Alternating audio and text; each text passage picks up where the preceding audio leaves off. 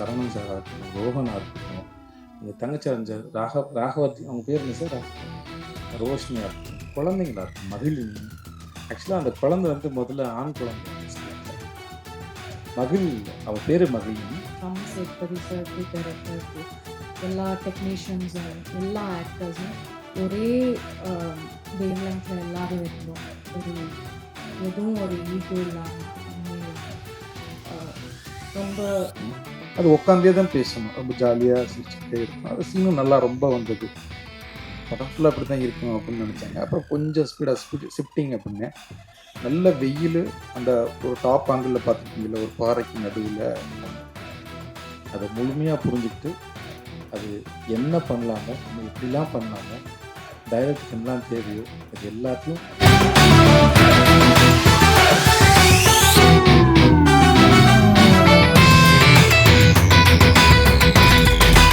இப்போ நம்ம என்டர்டைன்மெண்ட் ஆக போகுது பிளஸ்.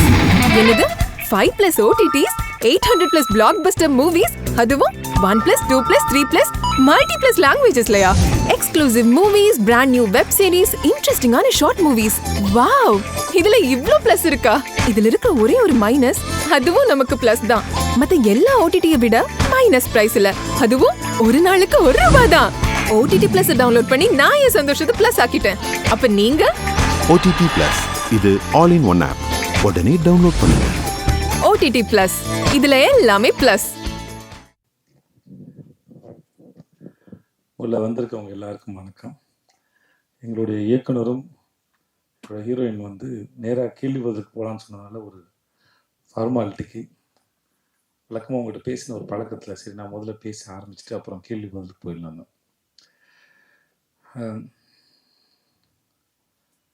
எங்கேருந்து ஆரம்பிக்கிறதுன்னு தெரியல.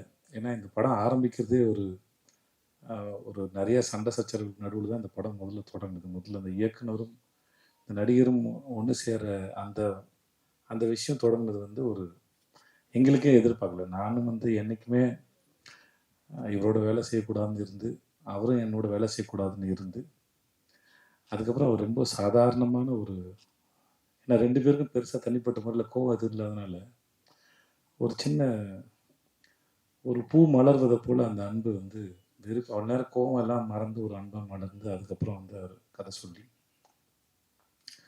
அதுக்கப்புறம் படப்படப்படம் எல்லாமே நடந்துருச்சு. கிட்டத்தட்ட எனக்கு அவர் 2009 தெரியும்னு நினைக்கிறேன். இல்லை சார், 2009 தெரியும்.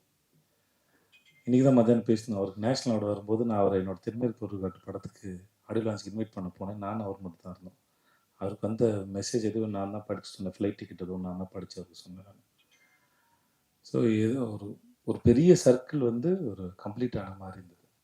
ஸோ இந்த படம் தொடங்கினதே ரொம்ப அழகான அற்புதமான ஒரு அனுபவம். அப்புறம்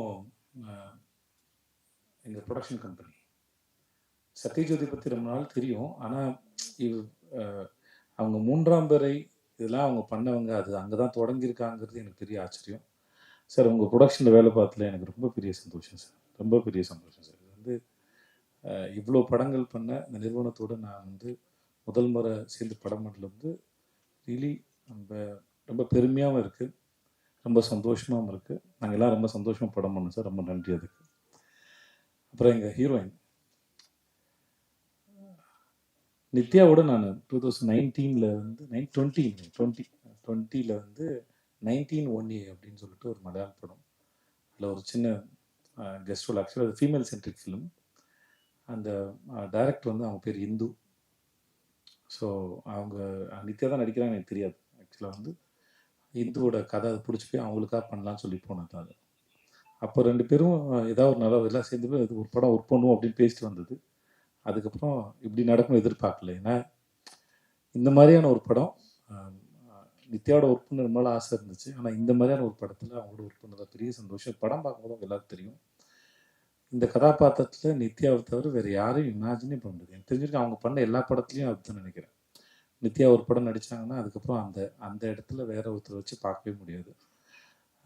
அதுதான் நித்யா. ஏன்னா அது சும்மா வந்தோம், இது சீனு, இது டயலாகு, ஓகே இது கோரியோகிராஃபி, இதை நடிப்போம் அப்படின்லாம் இல்லை. அதை முழுமையாக புரிஞ்சுக்கிட்டு அது என்ன பண்ணலாமோ, இன்னும் எப்படிலாம் பண்ணலாமோ, டைரக்டுக்கு என்னெல்லாம் தேவையோ அது எல்லாத்தையும் சரியாக புரிஞ்சுட்டு அதை அதை சரியாக பண்ணிடணும் மெனக்கிடக்கூடிய ஒரு ரொம்ப அற்புதமான ஒரு ஆர்டிஸ்ட். நான் நித்யாவோட ஒர்க் பண்ணது ரொம்ப பெரிய சந்தோஷம். தேங்க்ஸ் நித்யா, இந்த படத்தில் நீங்கள் வந்து ரொம்ப நன்றி. பாண்டே சார் பற்றி சொல்லிட்டேன், சண்டே பற்றி தான் சொன்னேன். ஆனால் நிறைய பேரோட ஒர்க் பண்ணியிருக்கோம். ஆனால் அது ஒரு பிரயாணம் மாதிரி வச்சுக்கோங்களேன். நம்ம ரொம்ப தூரம் பிரயாணம் போயிட்டே இருப்போம். அந்த பிரயாணம் செய்யப்பட்டு ஒரு 500 கிலோமீட்டர் பிரயாணம் பண்ணுறோன்னா ஒவ்வொரு கிலோமீட்டரும் மனசில் தாங்காது. ஆனால் அது ஒரு 5-6 இடங்கள் எங்கேயாவது இலைப்பாறை இருப்போம், ஏதாவது இடத்த உட்காந்து ரசிச்சிருப்போம், எங்கேயாவது சாப்பிட்ருப்போம், எங்கேயும் சும்மா வெறும்னே இருந்திருப்போம், சில இடத்துல மேகங்கள் அழகாக இருக்க ரசிச்சிருப்போம், படங்கள் எடுத்திருப்போம். அந்த ஞாபகங்கள் மட்டும் வந்து அந்த பிரயாணத்தினுடைய மெமரிஸ். அந்த மெமரிஸ் வந்து திரும்பி திரும்பி ஒரு முறை நினைக்கும் போது அந்த பிரயாணத்துக்கு போயிட்டு வரலான்னு தோணும். அந்த மாதிரி நான் அவரோட வேலை பார்த்தது ரொம்ப அற்புதமான பிரயாணத்தில் இருக்கக்கூடிய ஞாபகங்கள். முக்கியமான ஞாபகம் வந்து இயக்குனர் திரு பாண்டியராஜ் அவருடைய எழுத்தில் இயக்கத்தில் வேலை பார்த்தது. அஃப்கோர்ஸ் கொஞ்சம் கஷ்டமாக இருந்தாலும், அந்த மனுஷன் டார்ச்சராக இருந்தாலும், சில சமயம் இந்த சொல்லுவாங்கள்ல, இந்த இவரோட படத்தில் ஒரு பசங்க படத்தில் யாராவது பையனை அடிக்கிறதுக்கு ஆள் கூட்டுப்போம்ல, சின்ன ஒரு பையன் இல்லையா, அந்த மாதிரி ப்ரொடக்ஷன் கம்பெனி எங்களை அடிக்கிறதுக்கு ஆள் வச்ச மாதிரி இருந்த ஆள் தான் பாண்டியராஜ். அவங்க 2 பேரையும் வந்து நித்யா மேனனி, விஜய் சேதுபதி வச்சு டார்ச்சர் பண்ணுங்க அப்படின்னு நினச்சா எப்படி இருக்குமோ அந்த மாதிரி தான். சும்மா சொல்கிறேன், நான் நிஜமாகவும் சொல்கிறேன். சும்மா மாதிரி நிஜமாக சொல்கிறேன், நிஜமா மாதிரி சும்மா சொல்கிறேன். இது எப்படி சொல்கிறேன் நீங்கள் ஒன்று எடுத்துக்கோங்க. ஆனால் படன்னு இருக்கும். ஆனால் நின்று அதை ரசித்தோம். ஷூட்டிங்லாம் முடிஞ்சதுக்கப்புறம், அது கடைசி நாள் முடிஞ்சதுக்கப்புறம் அங்கே உட்காந்து ட்ரெஸ்லாம் மாற்றிட்டு வந்து திரும்பி ஒரு 3/4 மணி நேரம் 1 மணி நேரம் உட்காந்து நாங்கள் எல்லாம் பேசிகிட்டு இருந்தோம். என்ன அதை விட்டு போகிறதுக்கு மனசு இல்லை. இன்னும் இந்த ஷூட் வந்து இன்னும் ஒரு வாரம் சும்மா ஏதாச்சும் எடுக்கலாமா அப்படின்னு தோணுச்சு. அந்த அளவுக்கு. ஏன்னா அது ஒரு பெரிய குடும்பமாக இருந்தது. எல்லாருமே சரி, தீபாக்காவாக இருக்கட்டும், சரவணன் சாராக இருக்கட்டும், ரோஹனாக இருக்கட்டும், எங்கள் தங்கச்சி ராகவதி, அவங்க பேர் என்ன சார், ரோஷினியாக இருக்கட்டும், குழந்தைங்களா இருக்கும், மகிழினி. ஆக்சுவலாக அந்த குழந்தை வந்து முதல்ல ஆண் குழந்தையா அந்த ஸ்கிரிப்டில். அவள் பேர் மகிழினி. மகிழ் வந்ததுக்கப்புறம் அதோட அவளோட சரியான சாய்ஸ்ன்னு சொல்லி இந்த படத்தில் எங்களை ஆசீர்வதிக்க வந்த தெய்வம்னா அது மகிழினி தான் நினைக்கிறேன். இவர் பேப்பரில் எழுதுனதை எப்படா இவர் வாட்டுக்கு எழுதி வச்சிருக்காரு, இவங்க சண்டை போட்டுட்டு இருக்காங்க, குழந்தை தூங்குது, திடீர்னு குழந்தை முழிக்குது, திடீர்னு குழந்தை பேசுது, அப்படிலாம் ஒருத்தர் எழுதும்போது நம்மளாம் நடிச்சிருவோம். ஒரு வயசு குழந்தை இதெல்லாம் பண்ணுனா எப்படி தான் எக்ஸிக்யூட் பண்ண போகிறாங்கன்னு எனக்கு பெரிய ஆச்சரியமாக இருந்தது. கேட்டேன், சார் இதெல்லாம் நடக்குமா சார், எழுதி வச்சுருக்கீங்கன்னா? எல்லாம் நடக்கும் சார், வாங்க சார் அப்படின்னு. ஏன்னா நான் பசங்க இப்படி பண்ணியிருக்கேன், எனக்கு தெரியும். நான் ஏதோ பேசுகிறாரு இப்போ, ஓகே அதெல்லாம் கொஞ்சம் வளர்ந்த குழந்தைங்க. இந்த குழந்தை எப்படி, எனக்கு பசங்க ஒன்றுலேயே ஒரு குழந்தை வந்து வீட்டுக்குள்ளே ஓடிக்கிட்டே இருக்கும்ல, அது நான் அந்த ஷாட் ரொம்ப ரசித்தேன். அந்த ஒரு குழந்தை வந்து அந்த கதையோ அந்த காட்சியோ வந்து ரொம்ப நிஜமானதாக உயிருள்ளதாக மாற்றி, அந்த குழந்தை எதுலேயும் பார்ட்டிசிபேட் பண்ணாலும் பரவாயில்ல, அது சுற்றிக்கிட்டு இருக்கும்போதே வந்து அது ரொம்ப உயிருள்ளதாக மாறுது. அந்த மாதிரி மகிழ் அப்புறம் முத்துமணி மாடல் 2 பேர் இருக்காங்க. முத்துமணி மாடலோட கொஞ்சம் வளர்ந்த குழந்தை தான் அது. ஆனால் மகிழ் வந்து ரொம்ப குட்டி பாப்பா. ஆனால் இந்த கதையில் ஒரு டைரக்டர் என்னெல்லாம் எதிர்பார்த்தாரோ அது அத்தனையும் ரொம்ப அழகாக பண்ணா. ஒரு ஸ்டேஜில் எங்களை புரிஞ்சுக்கிட்டா, ஓகே இந்த ஷார்ட் எடுக்கிற நேரம் மட்டும்தான் இவங்க கூட இருக்கணும் இல்லையா, மற்ற நேரம் நான் எங்கள் அப்பா கூட இருந்துக்கலான்னு. பட் அந்த குழந்தை வந்து நித்யாவோடையும் தீபா கூட ரொம்ப பெட்டாக இருந்தது. என்னை பார்த்து கொஞ்சம் பயப்படும். மகிழ் வந்து இந்த படத்துக்கு வந்து எங்களுக்கு வந்து எங்களையும் எங்கள் தயாரிப்பாளரையும் படம் பார்க்க போவங்க எல்லாரையும் கண்டிப்பாக மகிழ்விக்கக்கூடிய ஒரு அவள் வர சீன்லாம் வந்து உங்கள் எல்லாருக்கும் ரொம்ப பிடிக்கும். அது அவ்வளோ உயிரோட்டமாக இருக்கு நம்புகிறேன். அப்புறம் எங்கள் தனித்தனியாக பாராட்டினா இல்லை சொல்லணும்னா, எங்கள் டீமில் வந்து அவ்வளோ பெரிய ஆக்டர்ஸ் இருக்காங்க. செம்மன் வினோத் சார், அப்புறம் அவங்க ஒய்ஃபாக நடிச்சாங்க, அவங்க பேர் ஜானகிமாரியோ, அவங்க இப்படி படத்தில் வந்துட்டு போகிற. இப்போ இன்ட்ரடியூஸ் பண்ண அந்த நாகப்பாம்பு வினோத் சாகர் எல்லாருமே சரி, படத்தில் இருந்த எல்லாருமே இந்த படத்தை ரொம்ப, யோகி பாபு சார் எல்லாருமே சரி, இந்த படத்தை ரொம்ப பிரமாதமாக பண்ணியிருக்காங்க அவங்க வேலையை. இது நாங்கள் டப்பிங் பார்க்கும்போது ரொம்ப ரசித்தோம். படம் ஷூட் பண்ணிட்டு இருக்கும்போது நிறைய பேர் வந்து சொன்னாங்க இது எங்களோட கதையை பார்க்குற மாதிரி இருந்தது. ஸோ படம் பார்க்குற உங்களுக்கும் அப்படி தான் இருக்கும் நாங்கள் நம்புகிறோம். ஸோ ஜூலை 25 ரிலீஸ் ஆகுது. முக்கியமாக சனா எதிர்பார்க்கல. வந்து ஒரு ஆல்பமே வந்து இவ்வளோ சிறப்பாக பண்ணி தருவாருங்கிறது வழக்கமாக அவர் பண்ணுறது தான். பட் நம்ம படம் வரும்போதில் கொஞ்சம் எல்லாம் சரியாக அமைஞ்சுன்னு ஒரு பயம் இருக்கும். பட் சனா வந்து இந்த படத்தை ரொம்ப அற்புதமாக பண்ணி கொடுத்தாரு. கேமராமேன் சுகுமார், ஆர்ட் டைரக்டர் வீரசிம்மர், முக்கியம் ஃபைட் மாஸ்டர் கலை. எனக்கு அந்த பையனை வந்து 2019 தெரியும். எல்லா ஃபைட்டையும் சூப்பராக பண்ணி கொடுத்தாங்க கலை. அப்புறம் பாபா பாஸ்கர். ஸோ இது ஒரு ஃபுல் பேக்ட் என்டர்டெய்னர். படம் பார்க்கும்போது கண்டிப்பாக எல்லோரும் ரொம்ப என்ஜாய் பண்ணுவீங்க அப்படின்னு நாங்கள் முழுமையாக நம்புகிறோம். ஜூலை 25 ரிலீஸ் ஆகும். தியேட்டருக்கு வந்து பாருங்கள். ரொம்ப நன்றி. Thanks so much. வணக்கம். சேதுபதி சார் எல்லாம் சொல்லிட்டாங்க. ஐ திங்க் மோரலெஸ் எல்லாருக்கும் அந்த மாதிரி ஒரு சேம் தாட்ஸ் தான் இருக்குது. ஸோ சிம்பிளாக சொல்லிடுறேன். இந்த படம் ஷூட் பண்ணுறது it was one of the most happiest experiences of my life. ஏன்னா ஒரு படம் பண்ணும்போது நிறையா பேர் இருப்பாங்க. எஸ்பெஷலி நம்ம படத்தில் ஆக்டர்ஸ் நிறையா பேர் இருந்தாங்க. அதில் வந்து எவ்ரி சிங்கிள் பர்சன் எல்லாருமே from Sethupathi sir to director to எல்லா டெக்னீஷியன்ஸும் எல்லா ஆக்டர்ஸும் ஒரே வேவ் லெங்க்ல எல்லாரும் இருந்தோம். எதுவும் ஒரு ஈகோ இல்லாமல் ஒன்றுமே இல்லாமல் ரொம்ப ஈஸியாக சிம்பிளாக இருந்தோம் எல்லாரும். ஸோ நான் ஆடியோ ஃபங்க்ஷனில் சொன்னேன், ஈவன் ஒருத்தர் கூட ஏதாவது பிரச்சனை இருந்தால் அது வந்து அவ்வளோ பர்ஃபெக்ட் ஆகாது. ஸோ அது அவ்வளோ அந்த எக்ஸ்பீரியன்ஸ் அவ்வளோ பர்ஃபெக்டாக இருக்கிறதுக்கு எல்லாருமே காரணம். ஸோ எனக்கு personally it was one of the happiest shoots.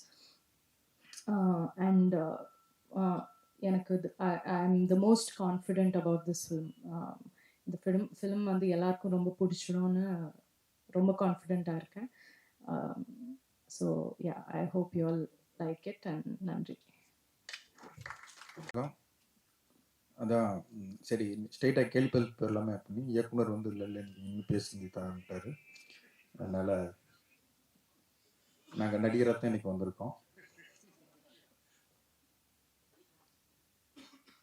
ரொம்ப நாள் ஆச்சு மீடியாவை சந்திச்சு, கிட்டத்தட்ட ஒரு 3 வருஷத்துக்கு மேலே ஆச்சு. உங்களை சந்திக்கிறதுல எனக்கு ரொம்ப சந்தோஷம். தலைவன் தலைவி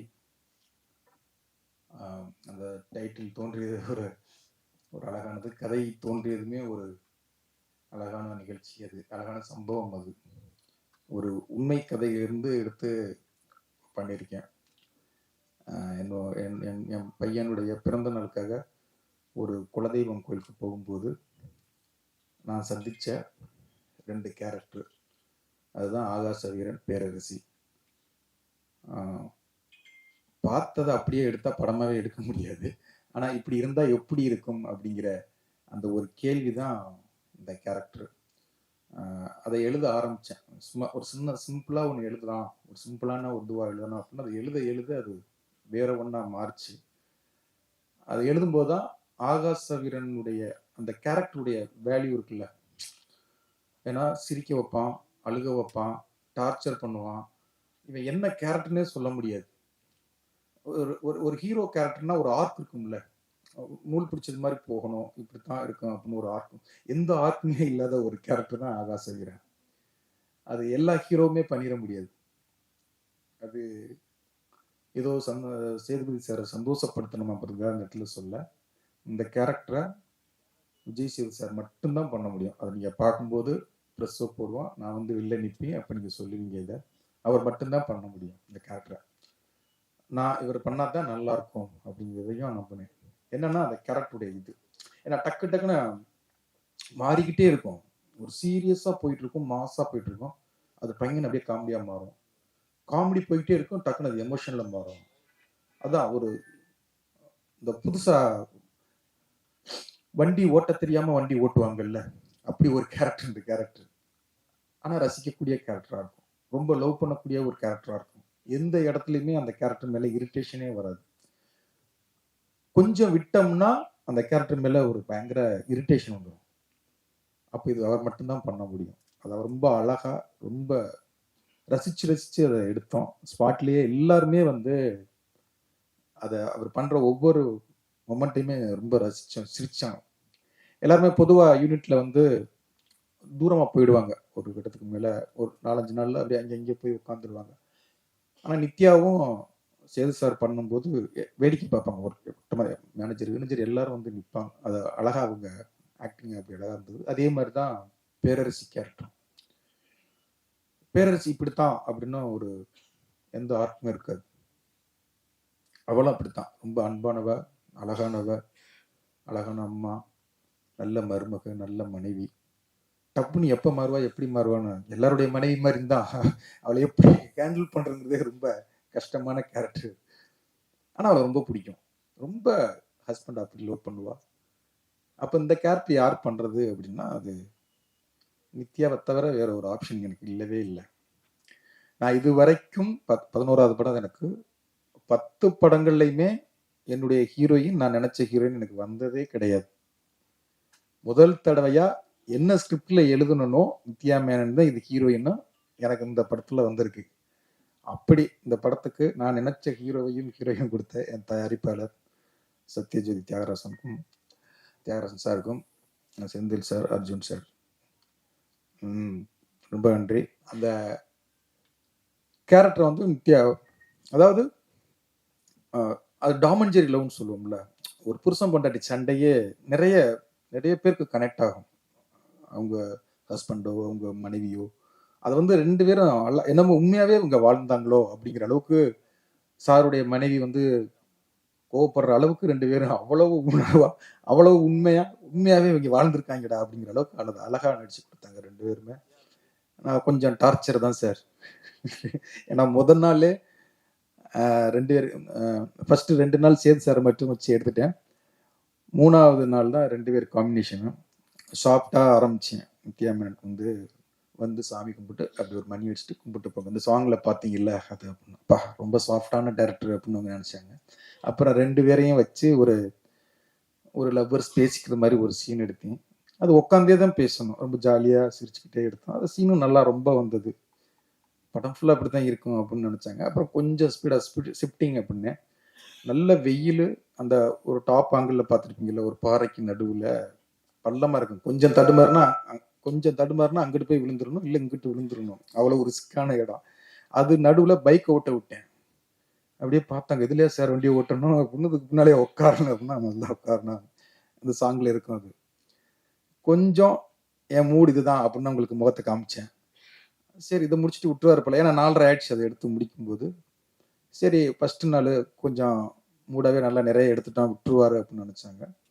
பக்கத்தில் யானைமலை இருக்குது, கொஞ்சம் மேலே ஏறுமா நல்லா இருக்கும் அப்படின்னா, இது இன்னொரு நாள் எடுத்துக்கலாமே அப்படின்னாங்க. இல்லை அடுத்தலாம் கூட்டம் வந்துடும், ஷூட்டிங் எடுக்கும் தெரிஞ்சு, இப்போ நான் ஃப்ரீயாக எடுத்து வந்துடலாம், பர்மிஷன் நைட் தான் இருக்குது.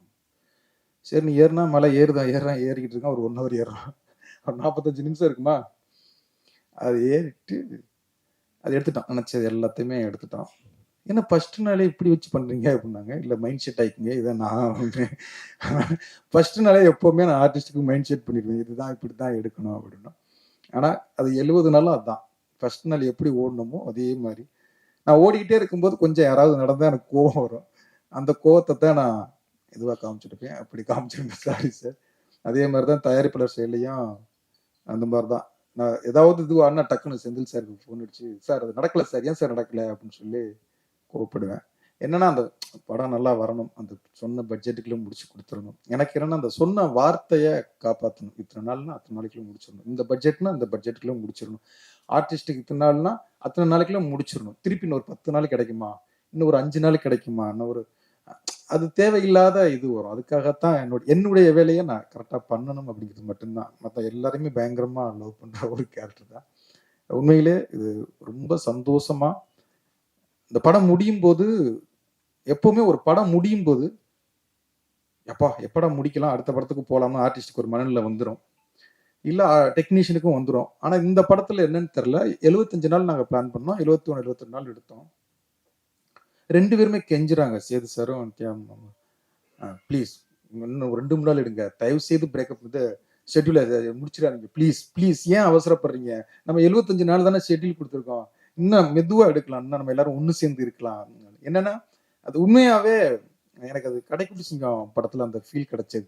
எல்லாருமே வந்து ஒரு குடும்ப ஆட்கள் மாதிரி அப்படியே இதுவாயிருவாங்க. அந்த ஃபீல் இந்த படத்துல அதை விட அதிகமாகவே கிடைச்சது. ஒன்னாவே உட்காந்துருப்போம், ஒன்னா சாப்பிடுவோம். சார் பொரோட்டா போடுவாரு, அதுல ரிஸ்கான பொரோட்டா போடுவாரு, சாக்லேட் புரோட்டாம்பாரு, அது என்ன சார், வாட்டர் மெலன் புரோட்டான்னு கொடுப்பாரு. நாளைக்கு ஷூட்டிங் இருக்கே, அதை சாப்பிட்றதா வேண்டாமான்னு பயம் இருக்கும், சாப்பிடுங்க நல்லா இருக்கும் அப்படிம்பாரு. அப்புறம் ஒவ்வொன்றும் ஒவ்வொரு வெரைட்டியாக கண்டுபிடிச்சிக்கிட்டே இருப்பார். அவன் புரோட்டா கண்டுபிடிச்சா கூட இவ்வளோ வெரைட்டி கண்டுபிடிச்சிக்க மாட்டார். அதை சாப்பிட்றதுக்கு ஒரு கூட்டம் ரெடியாக இருக்கும், வாங்கடா அப்படின்னு சொல்லி இது பண்ணிவிடுவார். சந்தோஷம், ரொம்ப சந்தோஷம். அதே மாதிரி இந்த குழந்தைகள் இருக்கும் ஒவ்வொரு கேரக்டர் எல்லாருமே, யோகி பாபுல இருந்து எல்லாத்தையும் ஒவ்வொரு ஆளையும் சொல்லணும், அவ்வளோ பேருமே. ரொம்ப கேமராமேன், அவனும் நானும் அவன் அசிஸ்டன்ட் ஸ்டில் ஃபோட்டோகிராஃபராகவும் நான் அசிஸ்டன்ட் டேரக்டராகவும் இருந்தோம். அவன் நானும் சேர்ந்து அவ்வளோ நித்யா தான் கேட்டாங்க, உங்களுக்கு ஃபர்ஸ்ட் படமா அப்படின்னாங்க. ஆமாம் அப்படின்னு. அப்படி தெரியலையே அவ்வளோ, ஏன்னா 2 பேரும் ஓடிட்டே இருப்பாங்க, லைட் பண்ணுறது தெரியாது, எடுக்கிறது தெரியாது, அவ்வளோ ஸ்பீடாக ஓடிட்டே இருப்பான். அதே மாதிரி எடிட்டர் பிரதீப்னு சொல்லி கதைகளில் நான் லான்ச் பண்ணேன். இன்னைக்கு அவன் விஜய் சார் வரைக்கும் வந்திருக்கான். இந்த படத்தில் ட்ரெய்லர் பண்ணியிருக்கான், அது கொஞ்சம் ட்ரெய்லருக்கு டைம் ஆச்சு, இல்லைன்னா இன்னைக்கே ஸ்க்ரீன் இருப்பான். அவ்வளோ அழகாக பண்ணியிருக்கான். அதே மாதிரி ஆர்ட் டைரக்டர், ஃபைட் மாஸ்டர் சூப்பராக 4 நாள் பிளான் பண்ண ஃபைட்டை 2 நாள்லாம் எடுத்திருக்கோம். அது அவருடைய அந்த கிளாரிட்டி, அவ்வளோ சூப்பரான ஒர்க் அவர்கிட்ட. அதே மாதிரி முதல் தடவையாக சனாவும் நானும் வேலை பார்த்துருக்கோம். எனக்கு ரொம்ப பிடிக்கும் சனாவோட. ஒவ்வொரு தடவையும் இடையில பசங்க 2 கூட நாங்கள் போய் பேசணும், அது சரியாக செட் ஆகலை. இந்த படத்தில் 5 சாங் பண்ணியிருக்காரு. 5 சாங்குமே ரொம்ப, நீங்கள் கேட்டீங்கன்னா உங்களுக்கு தெரியும், இப்போ 2 சாங் தான் கேட்டிருக்கீங்க.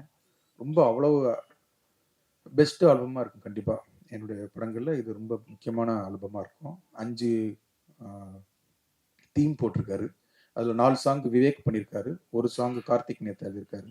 அந்த கார்த்திக் நேத்தா எழுதின சாங் எனக்கு கேடி பிள்ளை கில்லாடி ரங்காவில் இந்த இன்னைக்கும் அந்த அப்பா சாங்கு தெய்வங்கள் எல்லாம் தோற்றி போகும், அந்த சாங்கு நான் முத்துக்குமார் எழுதி, இன்னமும் நிறைய பேர் அந்த சாங்கை சொல்லுவாங்க.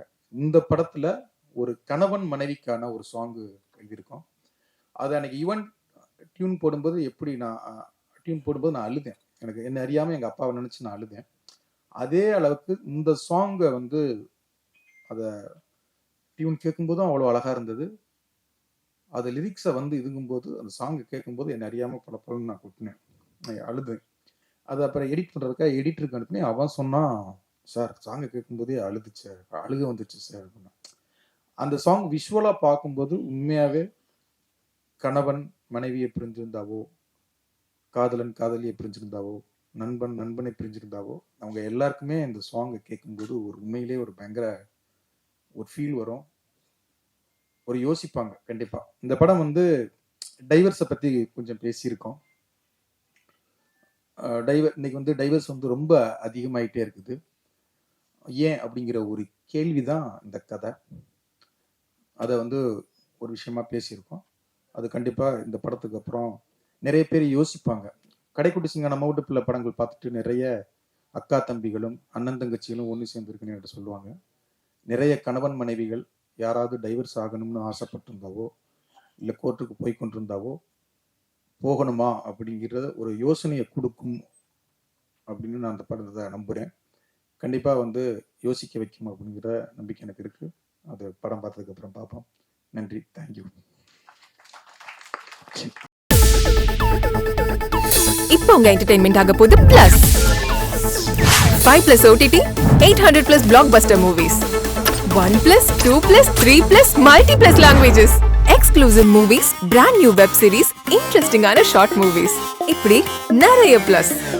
வெயிட் இதுல மைனஸ் ஒரு விஷயமும் இருக்கு. மத்த எல்லா ஓடிடிஸை விட மைனஸ் பிரைஸ்ல ஒரு நாளைக்கு ₹1 மட்டும்தான். உங்க சந்தோஷத்தை பிளஸ் பண்ண போற OTT பிளஸ் இப்ப உங்க கையில.